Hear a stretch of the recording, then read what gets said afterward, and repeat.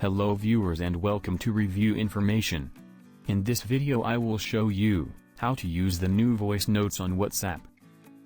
Subscribe to my channel and hit the bell icon to get notified any updates. To begin, open WhatsApp on your phone. Then open any individual or group chat. Now tap and hold the microphone icon. And slide up to lock recording. Once you start a new voice note, you will see the new pause button. If you tap on that, you can listen to the playback of what you have just recorded.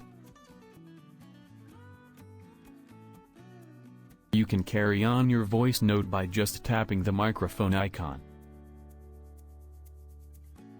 You can also pause the recording and go back to other chat if you have to respond.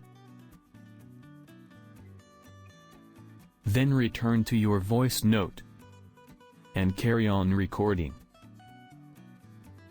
After that, you can pause it and listen to the playback. When you are satisfied, you can send the voice note. So in this way, you can use the new voice notes on WhatsApp. Thank you for watching. Hope you guys enjoyed my video.